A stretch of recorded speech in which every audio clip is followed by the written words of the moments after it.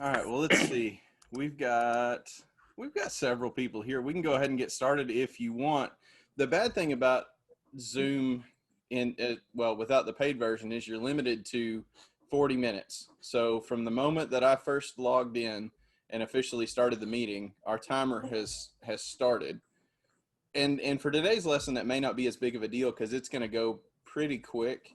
Chapter one is kind of a background, and it just kind of lays that foundation. And several of you guys have been through the class or at least read the book before, so you'll have a pretty good idea of what's coming. So that's always helpful.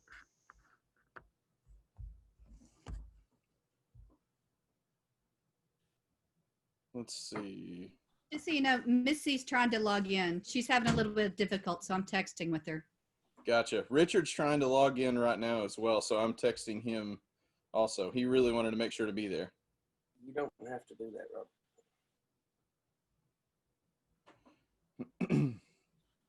Don't want to leave anybody out.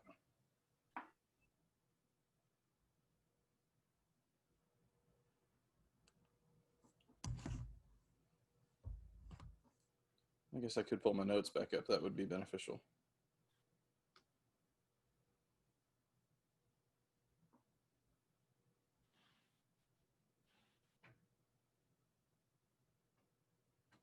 I think everybody who's in here right now has gotten books. We still have a few families I know of who have not picked up books yet. So I have those. I just need to find ways to get them to some people. Gotcha. So I don't know how many of you guys have actually looked at the bulletin or not. I made sure and put a little, I guess, a graphic in there advertising it. And I've talked to some of you about it, but starting this Sunday, on the second and fourth Sundays of every month, we're going to have just kind of a Devo night, basically. So after Sunday night services, all the youth group can get together, hang out at the hey guys, you made it. You guys can get together. Sorry, I'm not good with technology. That's all right. Technology's fun. It's an adventure for everybody. Yeah. So the second and fourth Sundays, we'll start getting together after Sunday evening church. So after we're done, we'll all head somewhere.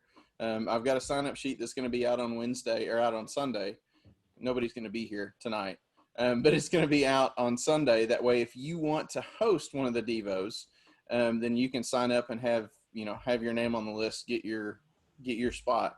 But this Sunday, we're going to do it at the building. We're going to attempt to do another Nerf war. So we have everything that's cleared out of the small auditorium. So we'll get the Nerf guns out and have some fun, and I'll make sure that we eat too. So we'll have a meal, we'll get together, play some games, and then this will start going on the second and fourth Sundays of every month, because we lost our Wednesday night class time. And I know that was kind of a bummer for a lot of people, not being able to get together. So hopefully this will at least give us a little bit of something, a little bit of getting together. And if we end up the only people that are on our Zoom meetings are the same people that were coming to our classes in person anyway, then we can switch back to doing it in person. But I want as many people as possible to get this material. So we're going to try and catch everybody. So that's coming up on the second and fourth Sundays. This Sunday, we're going to be at the building. Hopefully next Sunday we'll be at our house. I guess the fourth Sunday of the month will be at our house. That gives everybody a full month to kind of start thinking ahead and start thinking about whether or not you guys would like to host or not.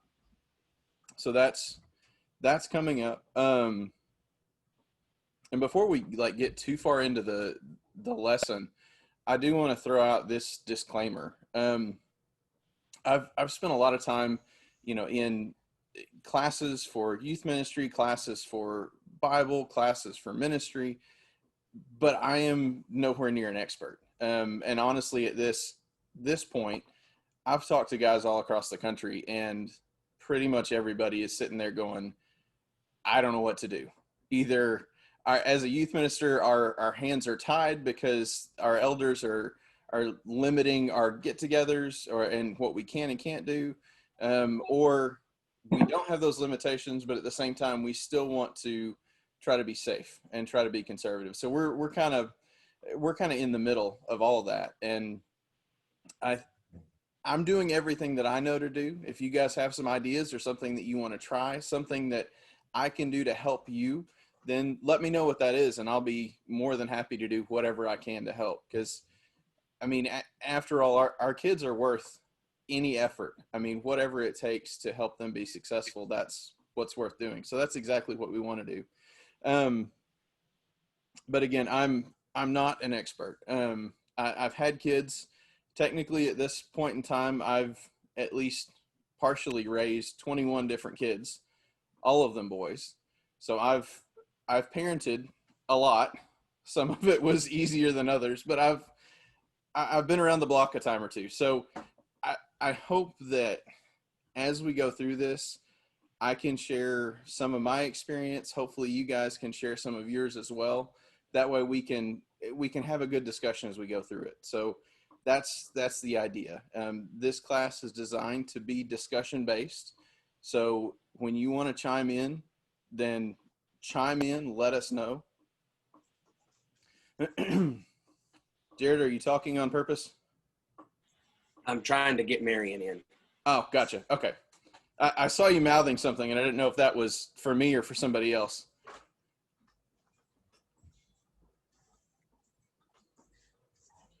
All right. Well, we'll go ahead and keep moving. If you have read the Sticky Faith book, then you know a lot of the background. There's a lot of encouraging statistics, but there's also a lot of discouraging statistics. If you've ever spent any time reading or looking at the successes and failures in youth ministry, there's a lot of really cool success stories, but there's also a lot of really scary failure statistics. And it's not one of those things that is going to change overnight. It's not something that's going to go away. There's no, magic wand that I can wave, or as parents that you can wave, that'll just instantly make our kids faithful. It's something that takes a lot of work and a lot of prayers, and most of the time a lot of tears, to get to the point that we can actually have successfully functioning Christian adults as kids. So it's one of those things that takes time, it takes effort, and it takes a lot of influence. And it talks about this in the full Sticky Faith book. But when you look at the actual hours of influence that you have, parents have more time to influence their children than anybody else. When it comes to, sheer data, number of hours that you spend with kids, I mean, parents are by and away the top number. And then it's most of the time their peers. Then you run down to teachers, and eventually, hey, there's Marion and Gina. Eventually you get back down to, ministers, youth ministers, associate ministers, preachers, whatever context you're in. We're way down on the list. So what I can do to influence your kids is great, but what you can do to influence your kids is even greater. So we're trying to help shape your influence on your kids, and also shape your influence on other kids, because that's really the key. It's not just your job as a parent to completely do everything. As the church, we have to kind of surround the kids with love and support, and kind of create that safety net. So that's our goal.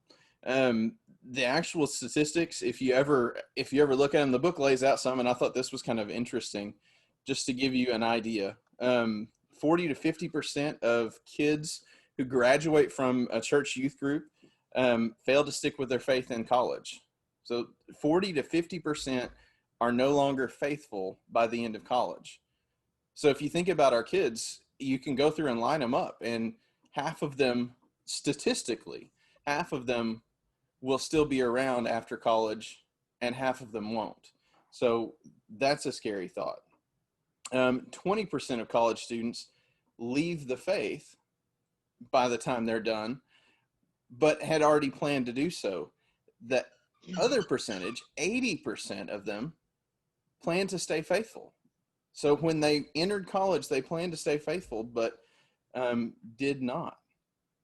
16% of college freshmen feel prepared by their youth ministries for what they encounter after graduation.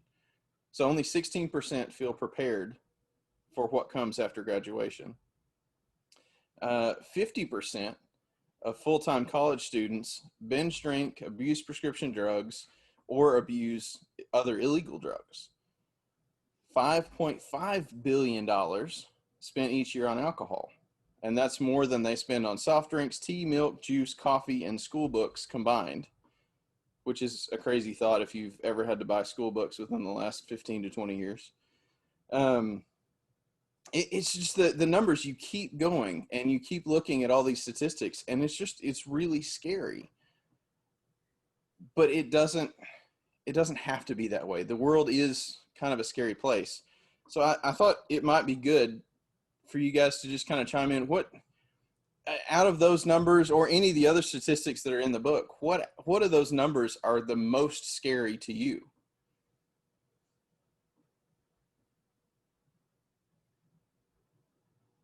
Don't everybody All talk of at them. once. I think it's those that fall away, but they don't come back. Mm-hmm. It's kind of a hard time, because when you see those students falling away, there is a good likelihood, if there was a strong foundation there, that they will eventually develop a faith of their own and come back. But they may not all get that opportunity, and that's what's really scary.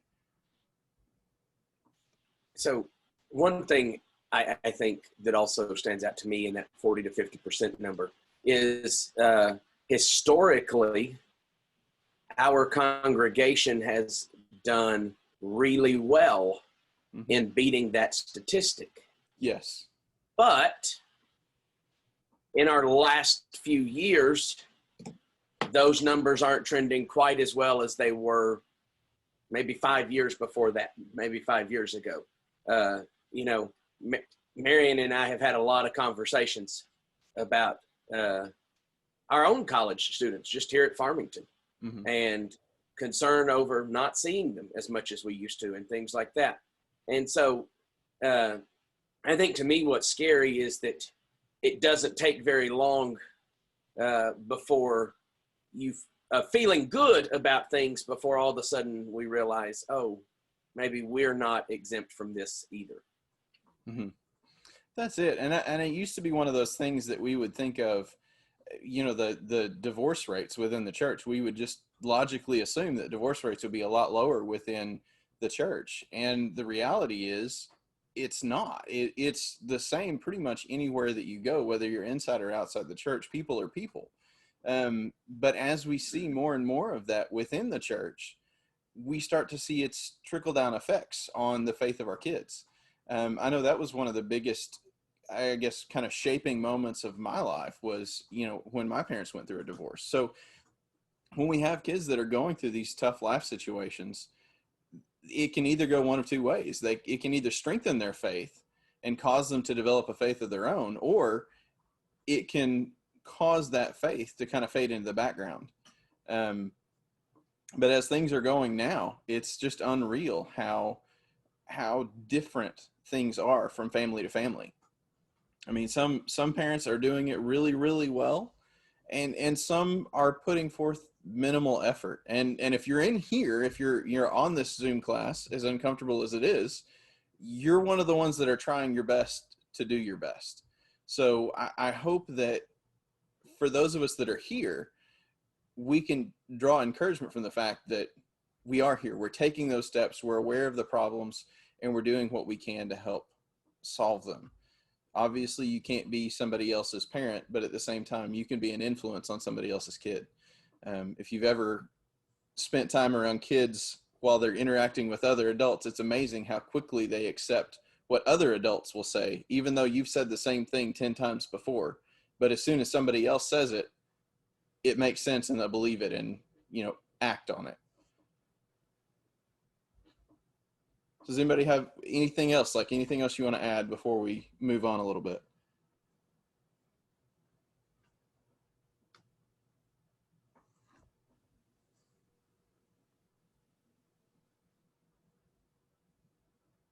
Well, okay then. So the first book really does a lot of the background work. In this book, we have it condensed. It's kind of all condensed down to one chapter. The other book gives you a lot of the theory behind it, a lot of the statistics, a lot of the background stories, and it's really good. It's a really good read. But this book is so much more practical. As you read this book, there are going to be different examples that you come across, different stories from people that they've surveyed, and as you read those accounts, it's really easy to get discouraged. And he actually talks about this. It's really easy to read those accounts of parents that are doing things right and compare that to your own life and go, I'm really falling short. But what they're sharing in the book are those highlights, those things that parents feel like they've done good at, that have really made a difference, and they share those stories. I think we could all look back and share stories where we've done things right.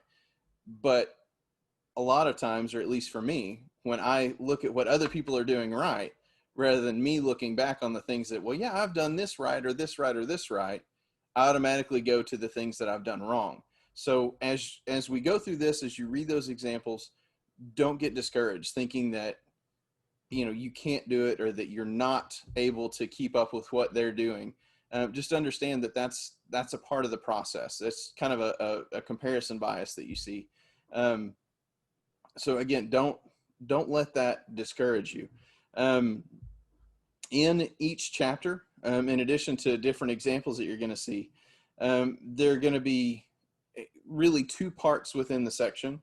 The first part is going to be what they call findings, and then the second part is going to be ideas. So two different parts that you'll see. They use that same format throughout the rest of the book, and it's really going to give you a good, for me, it helps because there's a good break that you see the way that it's structured. You have one, the findings section is more statistics, the background, the research, and then the ideas is things that you can actually implement within your own family. So that's a layout of the book. That's something to watch out for as far as being discouraged. But the idea of sticky faith it's one of those, like the first time that I heard it, I instantly thought, because I had young kids at the time, sticky faith was always a bad thing. When you have kids and you go to, your car will be clean, everything will be ready. You got to move their car seat from one to the other, and there is always something sticky under their seat. So for me, sticky was a very negative association. But this is not meant to be sticky in a bad way. The idea of sticky faith is a faith that sticks around. And it's really, it's interesting when you look at it and the way that they describe it and the way that they define it. They talk about different components. There's internal aspects and external aspects of that sticky faith. So again, it's a part of your internal thoughts, the way that you process through things, the way that you think about things, but also there's this external component where it's what you actually do. Because you understand this, because you've learned to think this way, it's supposed to affect your actions as well. And that's where a lot of breakdown happens. We have the head knowledge. We understand it. We know what's right and what's wrong. But at the same time, when it comes to actually doing it, that's a whole nother problem. And the idea in doing this class is to learn how to change your inner thoughts, how you process through parenting as a teenager, how you process through your actions. That way, when you go out, you've already processed it internally and you know how to act externally. Does that kind of make sense? One of the things that we used to teach our boys when we were at the children's home, most of the boys that we had come to us didn't have a lot of background in terms of active parenting. It was just one of those things parents let their kids do kind of whatever. And if it wasn't that way, then it was the other extreme. They let them do nothing. But teaching them that actions have consequences was one of the hardest things that we had to instill in a lot of those kids, because in their parents' lives, in all of their other things, the idea of consequences was something that you actively tried to avoid. The actions and consequences weren't connected with a lot of them. So teaching them that actions have consequences really kind of burned it into my brain that everything that we do is going to have a consequence, whether positive or negative. So we need to think through our actions on a daily basis as we're interacting with kids.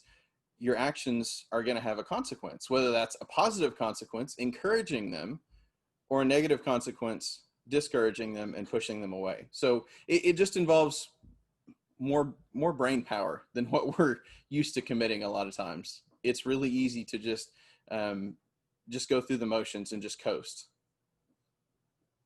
I know a lot of us have stressful times, whether it be at work or dealing with family or whatever it is. And by the time you finally make it home, hey, there's Richard. He did find us. I didn't see it in the email, though. I never got it. So I had to ask Mike for the invitation. Weird. Well, I sent it right after you asked, but I don't know where it went. I'll backtrack it later and figure out what I did so I don't do it again. Okay. I don't see nobody else. Yeah, it'll switch up as different people talk. So as people chime in, you'll see them. Okay, sorry about that. I'm new to it. No, it's okay. I think we're all new to it. All right. So we were just talking about how there's this idea of actions and consequences, and it's something that we have to think through when it comes to our parenting, when it comes to just our interaction with others as teens. When you go through life, actions have consequences. We all understand that at school, but at the same time, we need to understand that your actions now are going to develop into consequences later. And hopefully it can be good actions developing into good consequences. But it's all about actively pursuing that. So when it comes specifically to faith, our actions, what we do on a daily basis, is going to affect where we end up.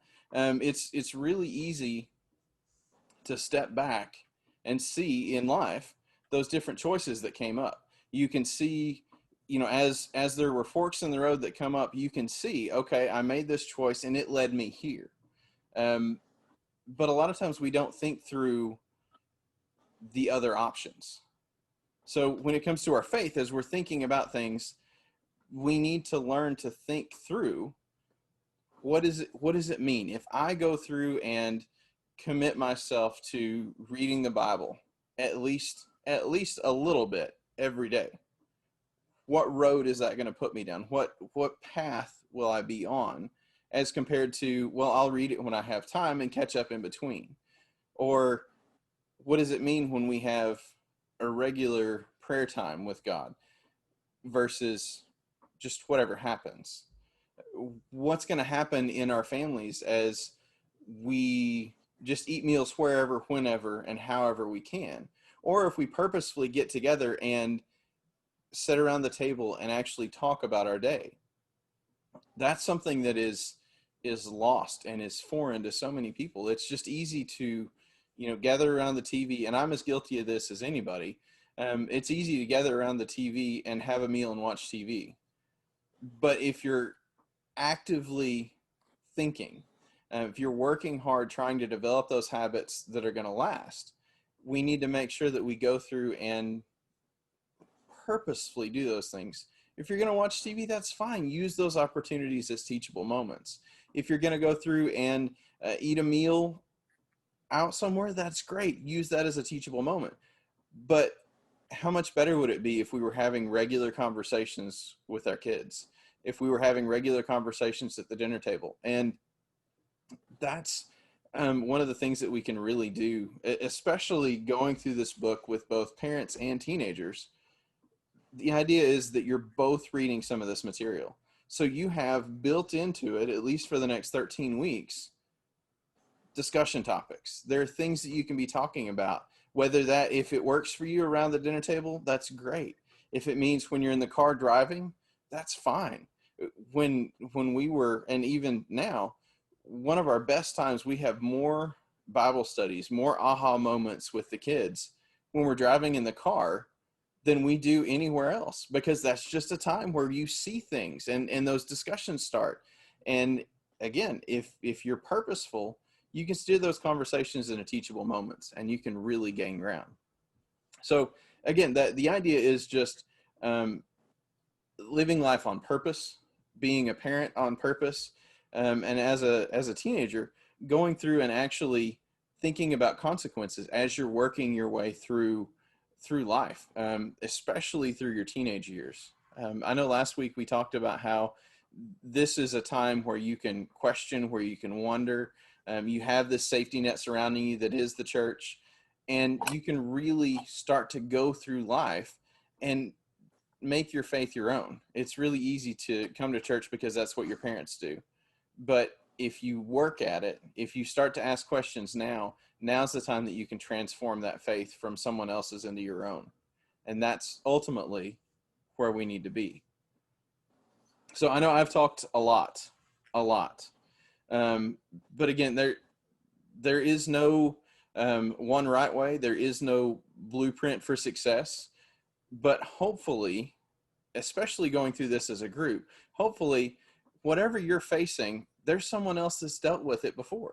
If you have an issue, you can share that. You can talk about it. We can work through it together. And if not in a Zoom meeting, and if you want to do that, that's fine. But just know that there's a community of people that want to support you and help you succeed. So that's where I really want to go, is just to kind of develop this safety net, both for parents and for kids, so that we can learn and grow together. So does anybody have anything they want to add? Is there anything that's on your mind, or that this discussion has kind of brought up to you?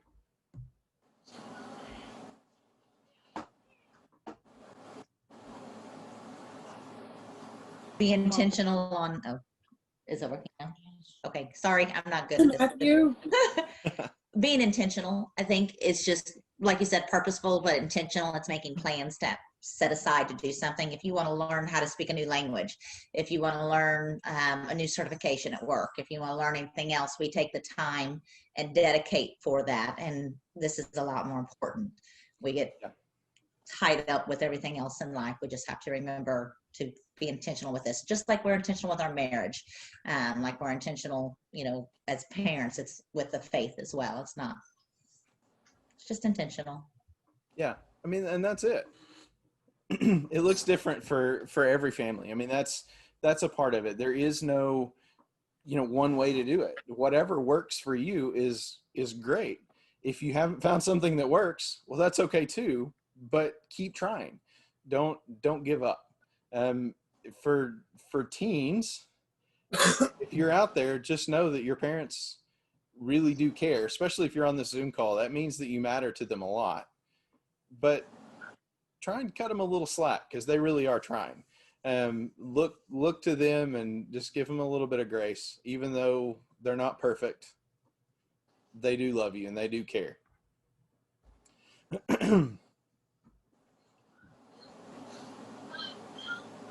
Anybody else want to chime in? We're coming up on our 40-minute window. We've got about 5 minutes left. So if anybody wants to throw anything out there, go right ahead.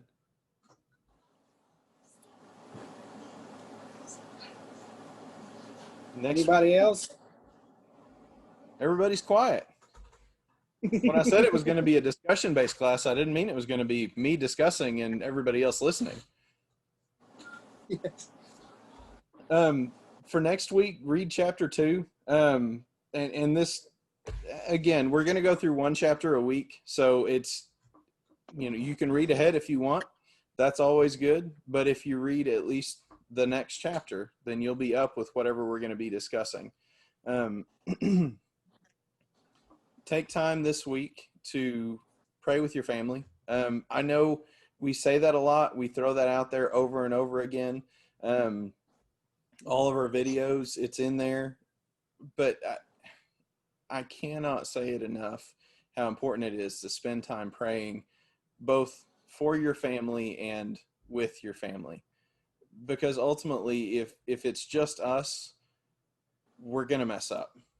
We're all broken. We're all weak, and we're gonna mess up. But if we have God on our side, there's so much greater chance of success. So definitely spend time with God, and again, both praying for your family and with your family, because kids see that. They know that your faith is something more than just what you do on a Sunday. Or if you don't do that, if you don't have faith as a part of your life, then they see that it is just something you do on Sunday, and church becomes just a social club. And that's not what we want. Robert, you were talking about praying. Sometimes we just get really busy. I know I'm really guilty of it. And one thing I found is on the way to school, Mm-hmm. pray on your way to school. Ask your kids, because I mean, they're not doing anything. Say, hey, what do we need to pray for today? What's going on that I need to include in my prayer? And we take turns praying on the way to school. Yeah. And believe it or not, there's been I hate to say this, but it's like I got busy and I forgot to pray on the way to school. And we get to that second stoplight. Mom, are you going to pray? Oh, yeah. Why don't you go ahead and say it? I don't have anything right at the moment. If you make it a habit to pray in the car with the kids, they catch on to it, and they'll catch it when Yes. you forget. They'll Yep. remind you. Oh, absolutely. That was one of the things that we would do when, after we dropped off the other boys, we would drop Evan off last because he was at a different school than everybody else. And that was our routine. We would say a special prayer with him because he was having trouble at school. And we would say a special prayer for him. And it really did make a difference to him. And I guarantee you, if I forgot, or if Carrie was driving and she dropped him off, he would remember. There was no question every time. That was in his mind. And, it makes a difference. Kids see that. And they see what we do a lot better than they see what we say. Because that's the hard thing. They catch on to whether it's genuine or not. And that's kind of painful sometimes. Hi, Missy.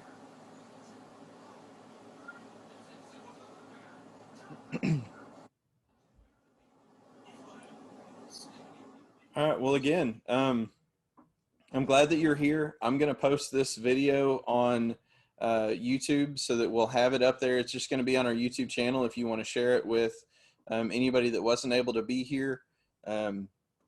They'll be able to see it. And again, on Sunday nights, we're going to get together as a youth group starting on the second and fourth Sunday night. So that's going to be this Sunday as the second. We're going to have food. We're going to have games. Just kind of a chance to kick things off. And then following that, we're going to try and keep it in or at families' homes.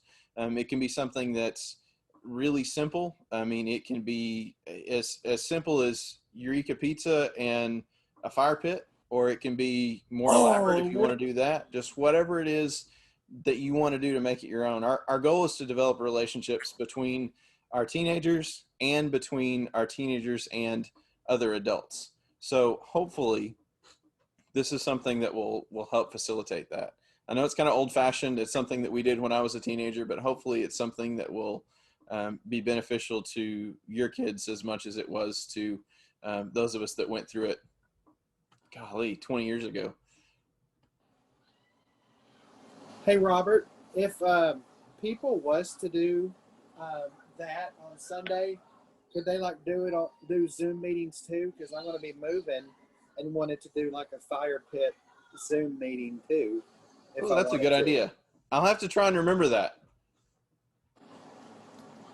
If we get to do it at our house on the fourth Sunday, I'll make sure that I Zoom you in. All right, because I love my fires. Good deal. All right, guys. Well, thanks for joining us. I hope everything went well. If you have any questions or anything you want to discuss or any suggestions for things that I could do differently let me know, because I'm here as a resource. I want to help in whatever way I can. So make the most out of me. Use me, I guess. All right, guys. Have a great rest of your night. See ya. Thanks, Robert. Yes, sir.